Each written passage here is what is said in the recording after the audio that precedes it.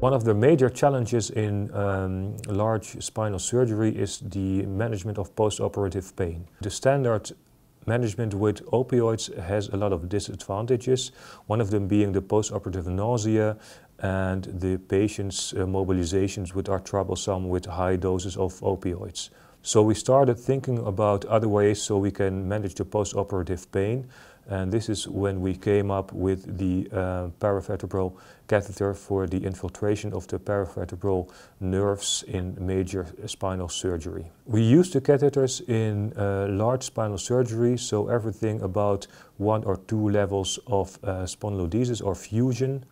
We use it in tumor cases, in fracture cases, and in degenerative spinal cases. The catheter is placed along the line of the transverse process as to reach a block of the paravertebral innervation.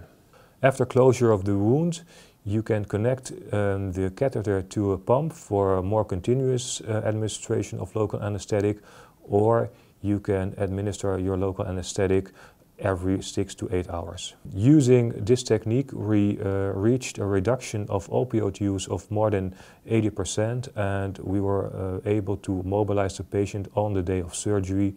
There was no nausea, and patients recovered faster than with the use of opioids. Another big advantage of using this technique is that because of the early mobilization of the patients and because of the reduced use of opioids, we could remove the urinary catheter directly post-operatively.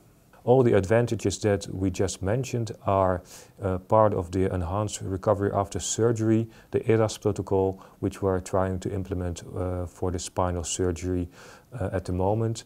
So the reduced use of opioids, the early mobilization, and the reduced pain of the patient.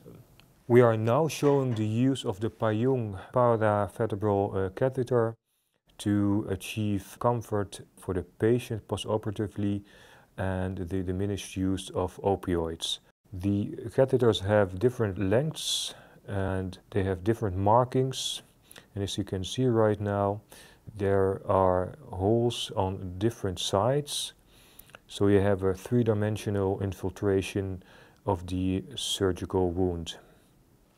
After making the stab incisions, the catheter is placed using the guidance tool, and the catheter is placed subfacially in such a way that it lies above the transverse process line. This technique can be used in major surgery, as is shown in this case, or you can do the same with minimal invasive spinal surgery.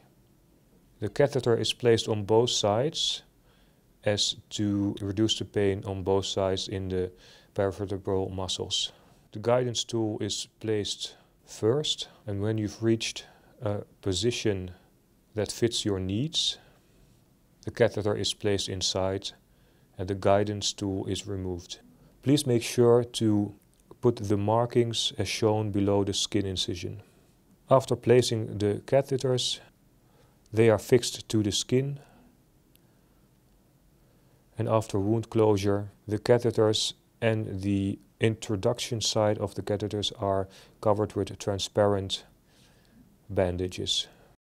After wound closure, the catheters are connected to a syringe and the operation wound is infiltrated with local anesthetics.